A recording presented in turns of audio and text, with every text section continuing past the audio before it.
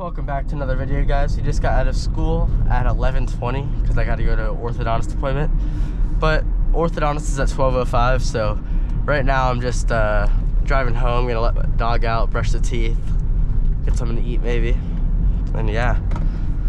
So in this drive I'll kind of just be, it'll just be kind of a chill drive, but I'll also be talking about if you guys should own a high mileage BMW, because that's a question that a lot of people have, and you see all these BMWs on the market that go for, you know, some going under 10K, so, and some going under 20, but it really depends on the model and what kind of car you want. So starting off, I'm going to talk a little bit about this car. So this car is a 2011 BMW X3 28i, and so so this car has 200,000 miles on it. And honestly, it's holding up great. The only main maintenance issue that we've had is a front suspension. The power steering shaft in the front broke, so we did have to replace the front suspension. But yeah, I mean, everyone talks bad about German cars and their reliability and maintenance, but honestly, if you just do your, you know, your usual maintenance and keep up, then it won't be bad. But a good rule of thumb that I would follow when buying a BMW, because you might think that the price can be too good to be true or something, is I would say, like, if it's under 115,000 miles, definitely look into it, go for a test drive and see how you like the car, see how it feels, if there's any noises and all of that. But yeah, if it's less than 115,000 miles and you get a good spec, then I would say definitely go buy it. But and then put those miles on it to get it to, you know, 150, 175, just based on doing your daily maintenance. Not daily, but, you know, your weekly or whatever you guys maintenance is. But yeah, it all depends on the car. For example, this SUV is probably a lot different than what like an M3 would be. So yeah, but yeah, this car is holding up great. A lot of people talk about BMWs and their oil changes, and in all honesty, not oil changes, just the oil leaks. And yes, that was a problem in the older cars, such as my dad's 2015 435 that has that issue, but this car does not. So I don't know if I just got lucky or something with that. But yeah, just look into the car that you're gonna buy, see if you're getting the best, you know, bang for your buck on the Kelly Blue Book, and definitely check it out in person. Don't blind buy a used car such as that. And yeah, so I'm gonna cut right now, and I will see you guys once you're on the highway. All right, guys, we're merged onto the highway right now. Probably shouldn't have gone right there, but that would take a minute. So yeah, just gonna be doing a nice highway drive, letting you guys see how the car drives after all these miles put on it. But this car we bought it when it was a 2011. It was my mom's old car, and then when she got a new car, I took this car over. So hoping to get a new car soon, but we'll see how that goes. And yeah, so the main issues, it's not really issues, but main kind of defects in a way that I've noticed on this car driving on the highway is there's a lot of wind noise. I'm not sure if you guys can hear it on camera, but I don't know if that's just a problem with this car or just with the older car styles. But yeah, a lot of wind noise. Sounds like a whistle in here constantly, which is pretty annoying. But yeah, I mean, everything feels very like connected, which is really good. It definitely helps that we got a new front suspension, because I noticed that the steering felt a lot tighter after we fixed that.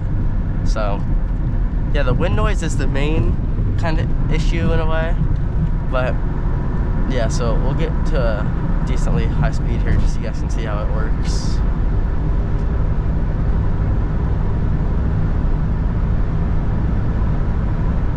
So yeah, as you guys can see, I mean, even at those higher speeds, like, it does not feel cheap in any way, you know.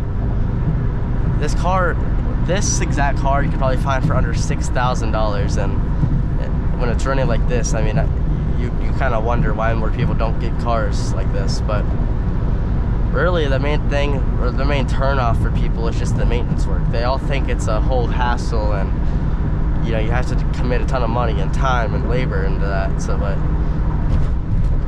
yeah, honestly, definitely check out your model. there's a lot of Reddit sublogs that talk about different models and issues that they've had, which I've noticed is a great place to look if you're looking at getting a car. Just seeing other people's feedback on all of that is helpful. But yeah.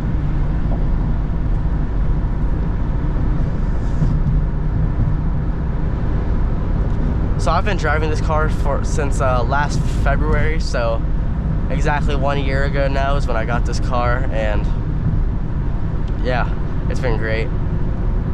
And you know, it's not my particular style. I like the more low kind of to the ground cars, sporty feel, fast, loud.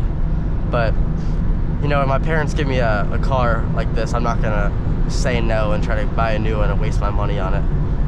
So, but you have to realize also with cars, there's time, and you know, obviously you're gonna have to get a new car eventually. You can't just stick with the same car. And this could be false for, you know, Hondas and Toyotas, but if you want to have that luxurious kind of feel, and I'm not saying that the newer Hondas and all of that aren't nice, because the new Hondas and Toyotas are very nice, but I love the way that this car feels. It feels still very premium and all of that, and you're still getting a very good dollar amount. So yeah. Now this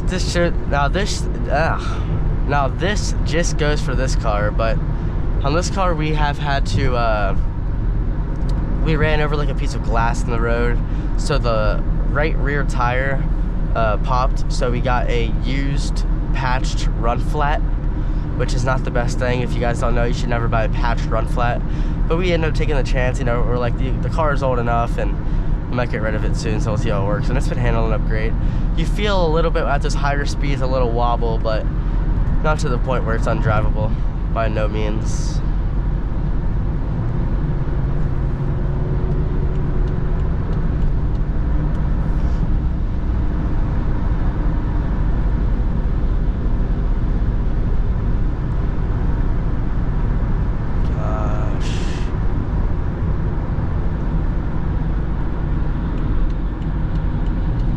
I wanted to pass this guy. He's going like, it's pretty slow.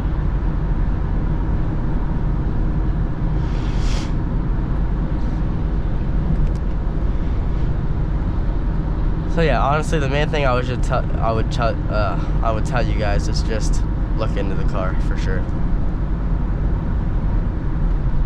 I think I saw a statistic that said that the price depreciates like 50% of its value and it's driven off the lot. There's something crazy around that, but that is insane to think about. I mean, when you buy it, I believe this car's MSRP was $39,000, could be wrong, around that mark though, so pretty expensive car and its MSRP, and now when you're finding it for less than $10,000 every single time you search it up, it puts into perspective, you know, how, I'm gonna go in front of that guy.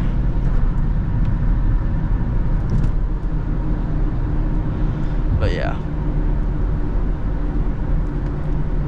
let me know in the comments if you guys own a high mileage BMW and what your thoughts are about it. But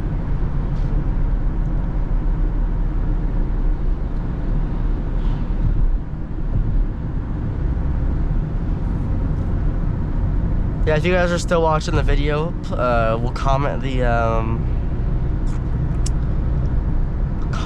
the skull emoji.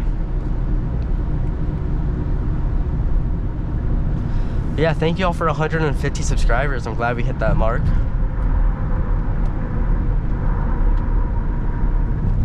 I'm gonna hopefully push out some better content for you guys soon. Once I get a new car, make some good content. I'm pretty proud of the video where I compared my mom's car and this car. If you guys haven't watched that, go check that one out.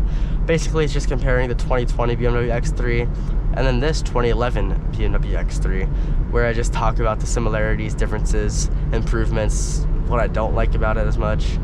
And yeah, so pretty interesting video just comparing the two all around. Got pulled over. Get over right here. But yeah, highway driving with the older BMWs such as this is absolutely no problem. I mean, it feels perfect. A lot of wind noise. Rear back tire feels a little bit wonky, but nothing that, you know, is unbearable to any means.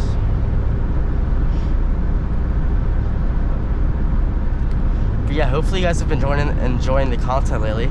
My goal for the subscribers is I want to hit 200 by, let's see, I'm at 150 now.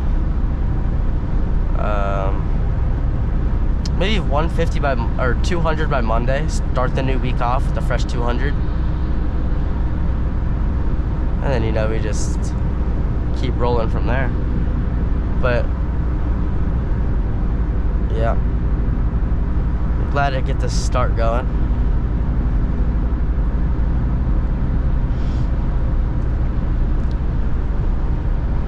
I want to shout out Jack Lang for keeping up with the channel. I saw him comment on a recent video, so thank you, Jack Lang, for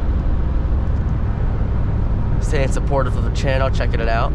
If you guys aren't doing the same, make sure to hit the subscribe button down below, comment, leave a like, all that good stuff. You know the drill. Now, I'm not sure if I have to get over or if that's okay. I think we do, because we're slowing down a lot. I don't think we have to get over, do we?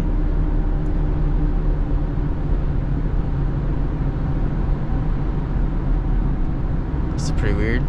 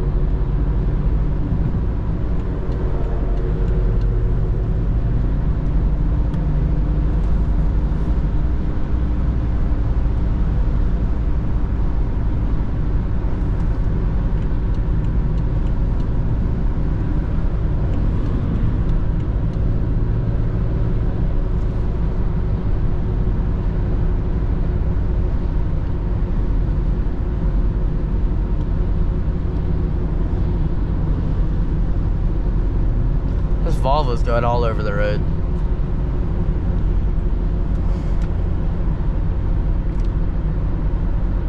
One of my OG supporters, Aldo, hasn't been keeping up with the channel, so appreciate it, Specs New, for always keeping up, always staying tuned with the videos. How yellow are you? Thank you. And yeah, so we're about to take my exit here. Probably should get over.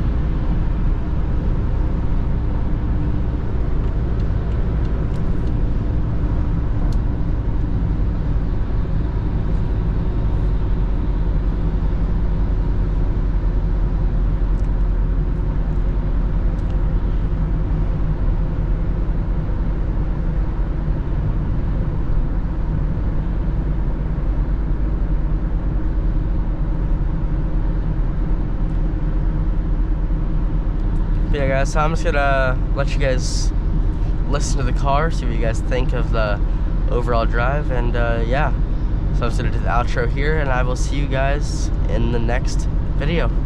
Peace.